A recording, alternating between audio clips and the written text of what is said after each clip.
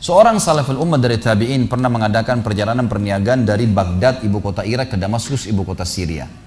Zaman dulu orang mengandalkan cahaya matahari. Nggak ada penerangan kayak kita sekarang. Jadi orang kalau pagi jalan sampai menjelang terbenam matahari, mereka tinggal di situ, tunggu sampai besok, nginep, besok terbit matahari baru jalan lagi. Karena mereka nggak ada penerangan. Orang ini kebetulan sebelum tiba di Damaskus, pas waktu maghrib, dia tiba di sebuah hutan. Hutan ini lebat, gelap, ya. Bayangkan kalau anda di posisi ini gelap di hutan sendirian, nggak ada orang-orang, dan hutan ini liar, gelap sekali. Maka dia terpaksa nginap, tunggu besok terbit matahari baru bisa jalan. Kalau dia keluar juga jadi kacau kemana-mana jalannya, gitu kan. Maka dia pun wudhu, dia sholat maghrib isya jamak qasar layaknya seorang musafir, lalu dia coba istirahat, tertidur. Di awal malam, kalau kita sekarang sekitar jam 11 malam, dia bangun ingin sholat tahajud. Dia cerita tentang dirinya, ulama angkat kisah ini dalam buku-buku akidah tentang masalah hubungan seorang hamba dengan Allah Azza wa Jalla. Yang terjadi teman-teman sekalian, pada saat dia sholat, dia bilang, selesai saya 2 rakaat pertama, saya ingin berdiri ke rakaat tahajud selanjutnya, tiba-tiba saja di depan mata saya ada seekor harimau meraung dengan keras, siap menerkam saya. Dan kedengaran dari suara harimau ini dia kelaparan. Saya waktu itu berpikir, kalau saya lari, pasti saya bisa ditangkap oleh harimau ini. Dia lebih cepat, lebih kuat, gitu kan? Dan matanya lebih tajam. Apalagi ini lokasi memang tempat dia hidup. Saya tidak bisa buat apa-apa. Maka dia bilang tiba-tiba saya teringat dengan Tuhan Allah Azza wa Jalla. Lalu saya berkata pada harimau tersebut. Dia berkata, wahai harimau, kalau seandainya Allah yang telah menciptakan kamu dan saya, ya, mengutusmu untuk memakanku, aku tidak akan melawan. Karena sudah takdirnya.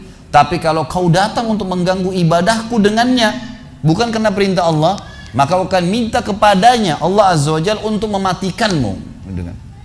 Tiba-tiba dikatakan dalam kisah ini, orang saleh ini bercerita, harimau tersebut menundukkan pandangan matanya meninggalkan saya, tidak jadi memangsanya. Apa yang kita ambil peran dari sini, teman? Apa yang kita ambil pelajaran daripada kisah ini? Harimau pun yang buas makhluknya,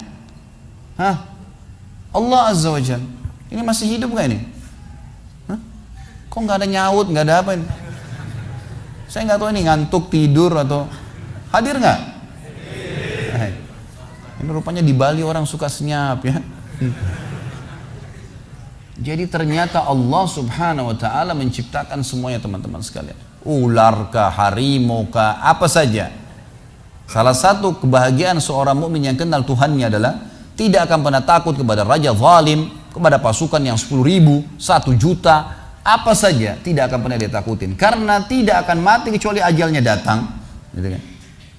Subhanallah, kisah Al-Ala Al-Hadrami, seorang sahabat Nabi yang mulia.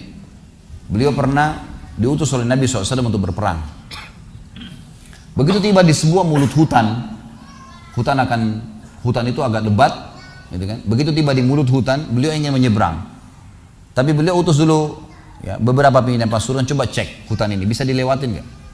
Mereka kecek, setelah ngecek Gebali mengatakan, wahai Amir, pemimpin nggak bisa lewati. Ini hutan terlalu lebat, juga kita tidak tahu di mana jalan keluarnya, penuh dengan hewan-hewan buas. Kalau anda paksakan lewat, pasukan anda akan habis. Apa kata beliau? Baiklah, setelah saya bertakbir 3 kali, ikutin saya.